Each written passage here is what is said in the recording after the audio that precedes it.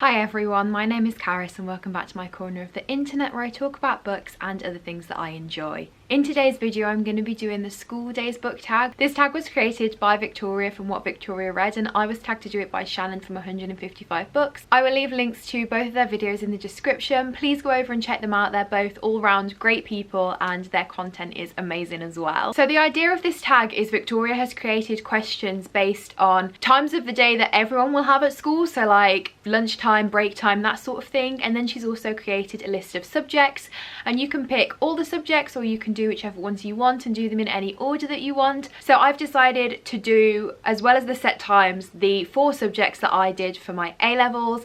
So those were geography, German, maths and English literature. I know I took 4 subjects at A-level because I'm stupid. We had to go and do 4 subjects at college and then the idea was we'd drop the one that we didn't want to do and just have an AS level in that and then take 3 subjects on to do our A2 exams in. If you ever need a indication of how indecisive I am, I could not make a decision about which one I didn't want to carry on, so I just carried on with all 4 of them. I was torn between dropping the one that I thought I was going to do the worst in and the one that I disliked the most and didn't really care about the most. Looking back, I should have dropped the one that I didn't care about the most because, surprise surprise, that's the one that I ended up doing the worst in anyway. We're going to start out with the prompt for First Bell, which is name a book that got you into reading. I think at this point we all know that Jacqueline Wilson was one of my childhood heroes. As this video goes up, it's currently Wilsathon, which is the Jacqueline Wilson themed readathon that I've hosted. So just take that as a given that she was one of the people that really sparked my love of reading. But for this question, in terms of books that really got me into reading, I think like Enid Blyton, books in general, because my mom used to read them to me when I was little. But I'm going to mention specifically 2 books that I remember devouring and reading again and again and again when I was a kid. The first is a picture book called A Kitten Called Moonlight. All that I remember about this is what's obvious from the title, but I just remember loving the artwork and I think it was set by the coast, which is where I always wanted to live. I've always felt such an affinity with the coast and the sea, and coming from the Midlands, I'm literally the furthest away from there that I could be. So I think I loved it for that aspect and I just read it again and again. And it's very weird because I'm not a cat person at all now. I'm definitely a dog person. The other thing that I remember loving as a young child was a book called Fairy Secrets, and I wish I still had it because I googled it and a picture of the inside of it came up and I was just hit with the biggest wave of nostalgia. I don't remember the plot of this book, but I do remember that it had these little envelopes in it and then you open them up and it had like these little cards, and I don't even remember what the cards told you, but it was so interactive and just so fun. And I remember taking it into my class when I was like really young, like reception or year 1. We're gonna go straight from First Bell into a subject so I can split them up a bit throughout the tag. And the subject that I'm going to start out with is maths. I was predicted an A star in my maths A level. I really didn't care for maths though. It was just something that I could do and I was quite good at. I carried it on because I thought, oh, it'll be a good thing to have and I know I can do well in it.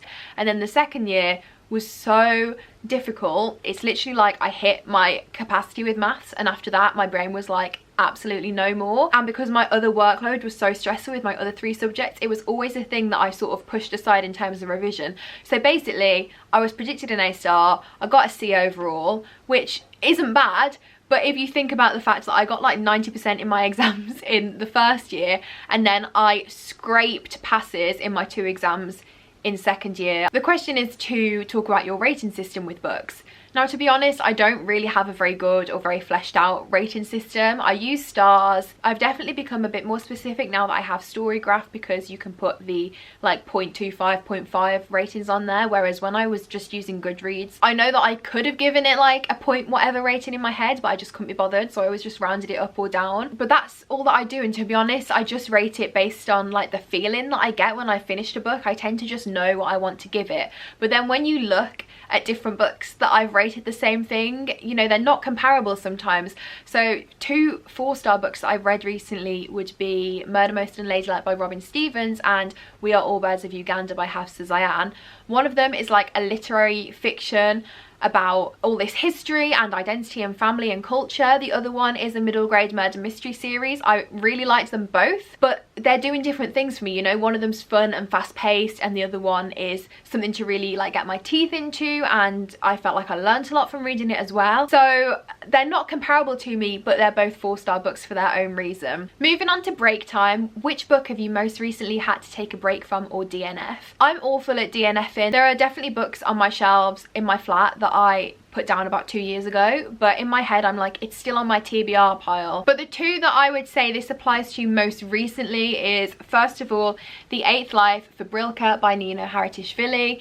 This is an absolutely massive book set in Georgia, telling the story of a family over several generations in the country. I have read about 90 pages of it, and I do want to carry on with it. This is the one that I'm reading for my literally traveling series, the Georgian video that I'm going to be doing for that. The other thing that I've put down recently, and to be honest I am tempted to DNF this one, I might sell it on Depop, is Cinderella is Dead. I love this cover, but to be honest I think that's the only reason why I bought it. It's not really my sort of thing, and I think around Halloween time I thought that it was the sort of thing that I wanted to read then, and I did start it and I just wasn't feeling it. I wasn't in the mood for it, and then I put it down. So moving on to my second subject now, I'm going to go with German, because this was the one that I was going to drop if I didn't drop maths, but then ended up dropping nothing. This is the one that I thought I would do the worst on because languages are hard, but ultimately I really wanted to have that skill. Unfortunately I have let my German go since doing my A-level. I do understand it. Like when I go to Germany and Austria, I can understand things that are being said, and I can understand some things when I read, but I can't formulate it myself anymore, like at all really. The question for this was for modern foreign languages in general, and it was to recommend a translated book that you've enjoyed. The book that I've read most recently that was translated is The Orange Girl by Jostein Gerda. This was translated from Norwegian. I have an entire video dedicated to this, so if you want to hear more of my thoughts on this, then I would recommend going and checking that video out. But this book was so lovely and so moving, and it's definitely a new favourite. I loved it. Moving on to lunchtime, which is tell us about your favourite book that features food. We Are All Birds of Uganda, which is a book that I read last month, has some beautiful descriptions of food. The general way that the author portrays Uganda in this book is just so wonderfully done. You know, like the landscapes and just the sense of being there, the marketplaces that she describes. But there are also several meal times and several dishes described in this book, and I just wanted to jump on a plane to Uganda and try some of these dishes. Next we're going to move on to English. English and me have a very mixed relationship. When I was a kid, English was my absolute favourite subject. Then when I was doing my GCSEs, I didn't love it so much. When I did my A-level, I loved it because I had the most incredible teachers. My whole class was so enthusiastic, and it's still to this day probably like the best class that I've ever been in, and just the best learning environment. And I loved it so much that that made me want to go on and do it as a degree. Ultimately, I enjoyed my degree to some extent. There were bits of it that I really enjoyed, but I think I realised pretty early on that it wasn't for me studying English to that level, and there was a subject that I would have preferred to have done, but I was sort of too late, or I thought I was too late to backtrack, so I just plodded on with it. Anyway, the question for this is to talk about a book you studied at school and enjoyed, and then recommend a book that you think should be on the curriculum. So when I was doing my A-levels, which I've based the subjects that I've chosen on, I studied Gatsby, Wuthering Heights, King Lear, several other plays, and a variety of poetry. But when I was doing my GCSE, I studied like my best book that I've studied when I was at school, at least, and that was The Crucible by Arthur Miller. For such a short little play, I feel like there's so much that you can get out of it, and I've since seen it perform live and I really enjoyed that as well. I've also been to Salem, which I think definitely adds to my love of this in general, although I am still pissed about the fact that for my GCSE exam, the exam board decided to give us the big, however many marks, 20 mark or whatever, question on Giles Corey, who is not a main character in this, I would say. We were all ready to write about like John Proctor or Abigail or Tituba, and it was flipping Giles Corey. In general, like, I think the curriculum needs to be a lot more diverse in all areas: race, religion, gender, sexuality, representation. So a book that I've read recently that I feel like focuses on a lot of those different themes and is just so diverse and so great is Little and Lion by Brandy Colbert. I'm not sure in terms of like analysis, like literary analysis, what you would get out of this. I'm sure you could get something, because you can get something from everything. But I think it's just one that I think all teenagers should read, because there are so many different types of people represented in this. The narrator is Black, Jewish and bisexual, and her brother has recently been diagnosed with bipolar disorder, so that's a big part of this. There's also a character who has a hearing aid. There are different sexualities and races represented. Just so many different types of people, but none of it feels forced. It all feels so natural and just like this is how life is.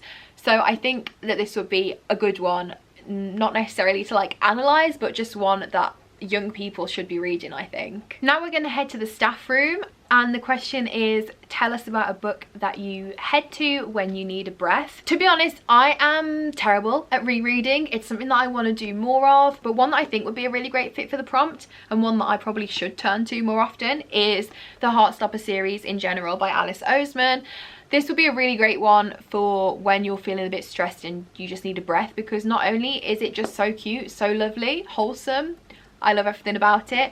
It's a graphic novel, so it's super quick. You could definitely sit down on your lunch break if you have about an hour or so and fly through this. Then we're gonna head to geography, which was the subject that I wish I would have done at university, but I sort of had the reverse relationship with it as I did with English. So I loved it at secondary school. I had the best teacher that I've ever had, and again a really good class, and I just thrived. And then I did my A-level and it just wasn't the same, so that really pushed me away from doing it as a degree. And I think that just proves like how important like having a good teacher is. That really influenced such a big decision in my life. But yeah, I kind of wish that I'd have done it as a degree, especially like the human cultural side of geography. I loved that so much. Less so like earthquakes, volcanoes, glaciers. Like I could do that, that was fine, but I preferred analysing the effects that those things had on communities and people. Anyway, the question is to talk about a book that had a really strong sense of place or great world building, and for this I want to talk about the book that I'm currently reading, which is Spin in Silver by Naomi Novik. I think this is a really good one because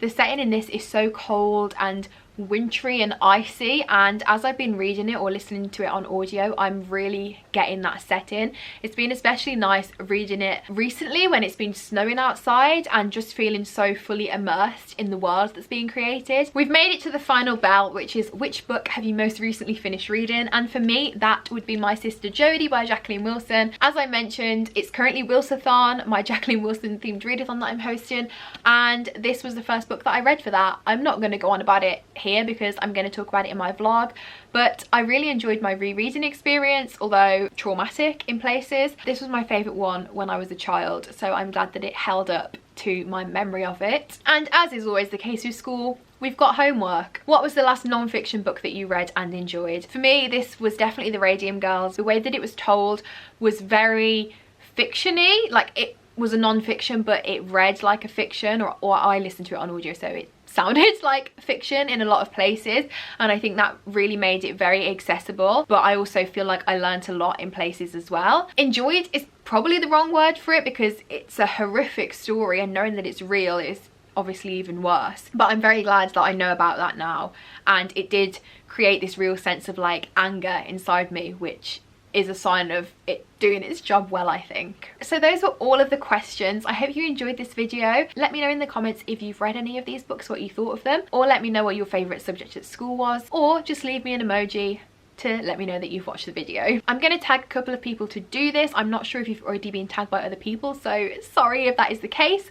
I am going to tag Charlotte from Coiny Reads, Sylvie from the TBR Diaries, and Laura from Luna Reading. Other than that though, that is it for today's video. Thank you all so much for watching. I hope you're all keeping safe and staying well, and I will see you again next time. Bye!